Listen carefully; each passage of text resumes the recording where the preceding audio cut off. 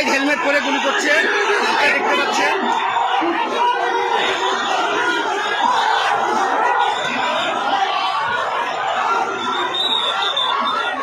সারা শহরে গোলাগুলি চলছে।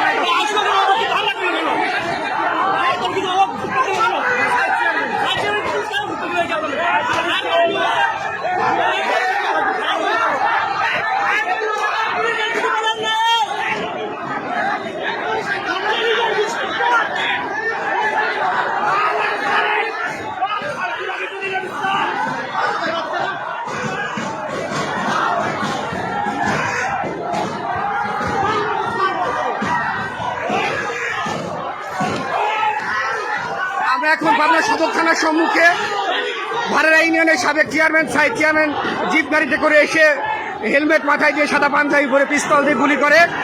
এক পর্যায়ে সাধারণ ছাত্র জনতা তাদেরকে ধাওয়া করে এবং সাইড চেয়ারম্যানের গাড়িকে ভেঙে ফেলে।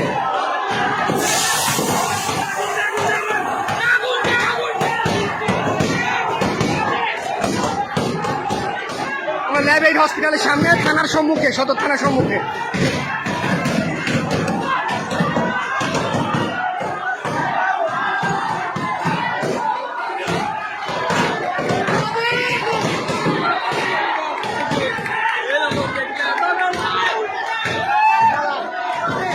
আওয়ামী লীগের লোকজনরা এসেছিল, তারা সবাই পালিয়েছে।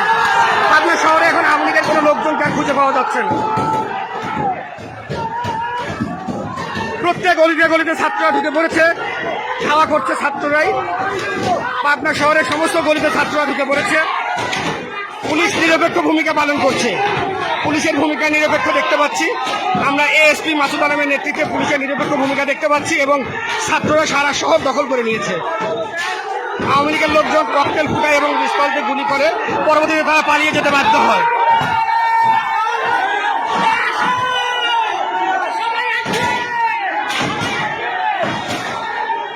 আমরা দেখতে পাচ্ছি